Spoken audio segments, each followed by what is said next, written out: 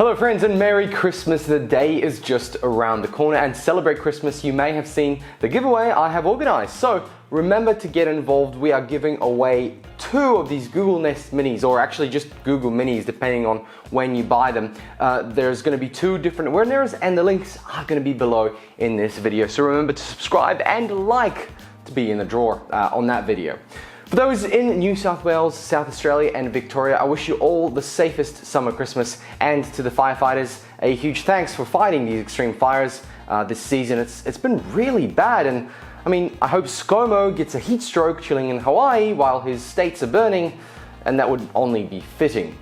Okay, let's get into the Dirt Report. I was reading an article last night about the digital divide. Pensioners having to learn how to use technology because the world is moving on at an unprecedented pace towards a cashless society and paperless communication.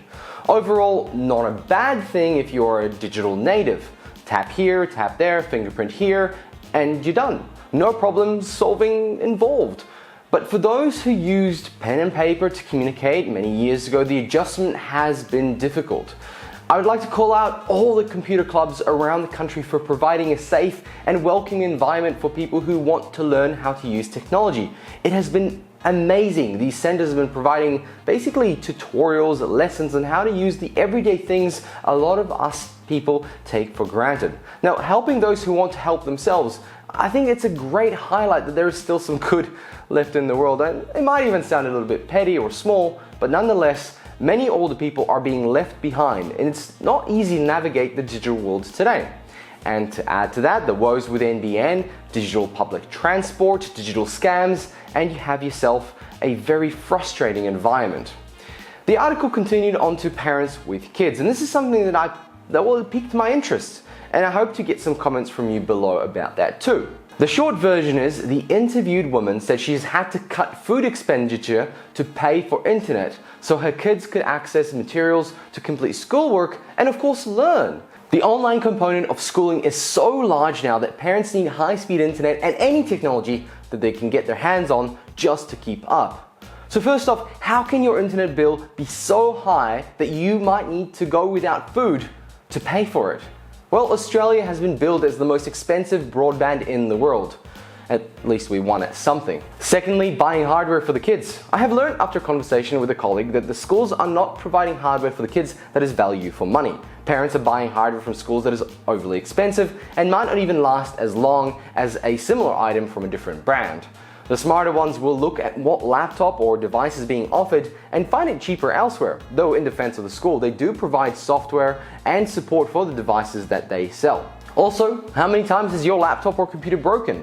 There is a cost to maintaining all that equipment at home, and no one really talks about it. In any case, the cost of providing access to the internet so your kids can maintain their education and thrive should not be hundreds of dollars per month.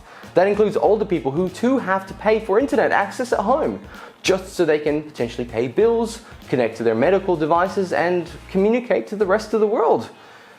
The above was a bit of an opinion piece, I'll give you that, but let's get into some real news.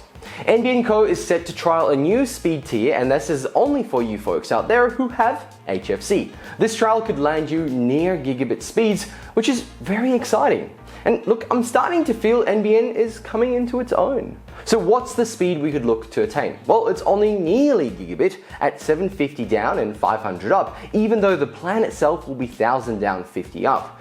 The upload will always be low on copper cables, as home devices do not have the power to send data that fast to back up the line, but nonetheless, it is very exciting, and this is mainly due to the copper lines.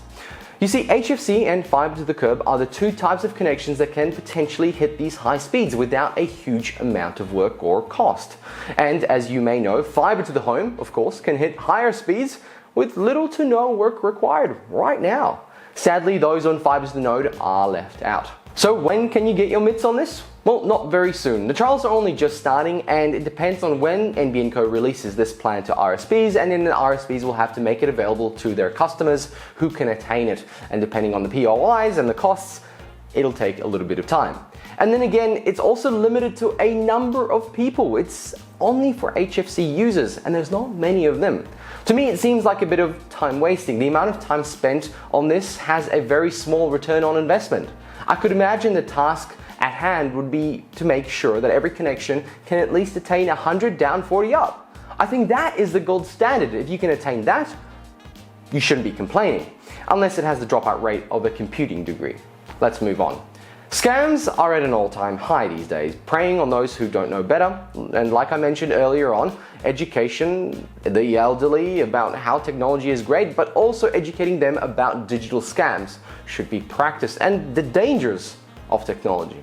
The Australian Communication and Media Authority recently put out the top 5 scams for 2019. One of my favorite reports each year, and I'd love to spend a bit more time on it, but let's just look at these top 5s.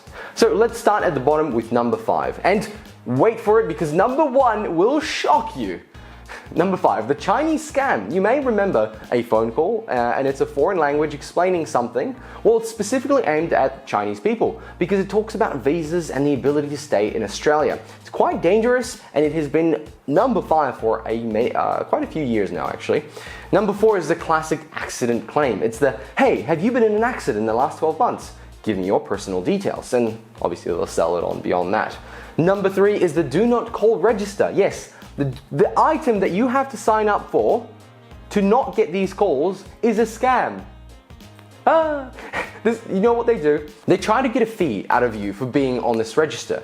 And remember, it is free to be on this register, but it doesn't really work as the scam now exists. So, number 2 is my favorite of all time, the computer virus / tech support scam. It's so popular around the world that there has been dedicated YouTube channels to taking down these scammers and making fun of them at the same time. And to be honest, as someone with a bit of an IT background, I love sitting back on a couch and following their instructions, making up errors and screens and not understanding what they're saying just to waste their time. It's absolute fun.